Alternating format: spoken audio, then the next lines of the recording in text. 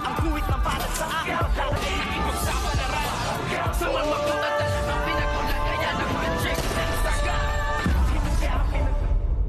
Good morning and welcome sa aking munting channel. Nagbalik na ngang muli ito ngang si Aling Marites sa bahay nga nila Rigor, at dito nga ay pagpasok niya ng kwarto ay nakita niyang andoon si Lena at binago nga ang kwarto.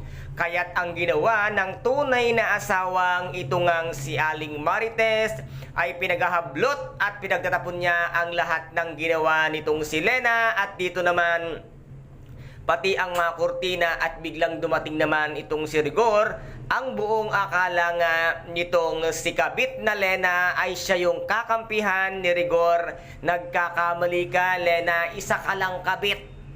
Pinagparausan ka lang ni Rigor dahil yan naman ang nababagay sa'yo, dahil alam mo na sa sarili mo kung sino ang tunay na may karapatan sa pamamahay, at siya lamang ang siyang tunay na ilaw ng tahanan ng mga di magiba. Hindi katulad mo ang isang kabit ang siyang maghahari-harian, kung kaya't wala nga ngayong nagawa itong ang kabit na si Lena. At dito naman ay tuwang-tuwa nga itong si Rhoda nang makita niyang dumating na ang kanyang best friend or friendie na tinatawag niya ay wala na namang karapatan at maiitsapwera na naman ang kabit nito itong ang si Lena. At dito naman ay patuloy nga nakipagbakbakan sa mga pulis ang grupo ni Tanggol, na halos maubos na nga ang mga kapulisan dahil sa pagnanais nilang maagaw nga ang mga droga at diamante. At dito naman ay walang kaalam-alam nga si Senior Facundo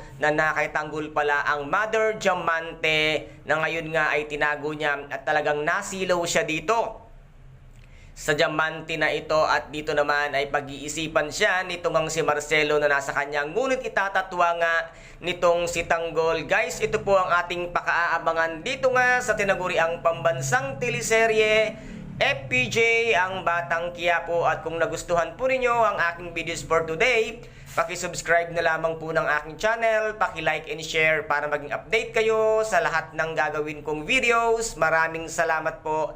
Ingat, God bless, and bye-bye!